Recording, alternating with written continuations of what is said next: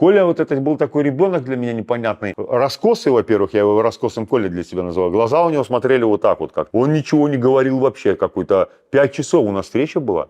И он все время вот так вот смотрел один глаз туда, один туда. Сергей Тихановскі абверг ілжывае сцвярджэнне Лукашэнкі. У эфіры канала «Жыццё Маліна» былы палітзняволены заявіў, што падчас сустрэчы ў СІЗА ў 2020 годзе ён не пагражаў Колю, які там таксама прысутнічаў. И сколько я к нему не обращался, вот в плане того, смотри, что твой папа, да, творит, он никак не реагировал. Молчал все время, видно, ему отец сказал, или что там молчать. И Эйсмонт, я говорю, вот же признает, сволочь это, ну, я, конечно, не называл его сволочью, что он подбросил деньги, а ваш муж ездит по вузам и говорит, Тихановский продался, у него нашли 900 тысяч, и крутят фрагмент разговора с моей матерью, якобы она видела мусорный пакет, значит, это мои деньги. Я ему говорю, я в этом цирке участвовать не хочу. Ну, конечно, было интересно, для чего нас позвали. Может, освобождать будут, мы же все верили, да. Но можно, чтобы меня не снимали, иначе я ухожу. Он говорит, окей, я обещаю, то, что здесь снимается, никуда не пойдет. Это чмо, оно в тот день в новости не выдало, а дальше начал оттуда видосы лупить,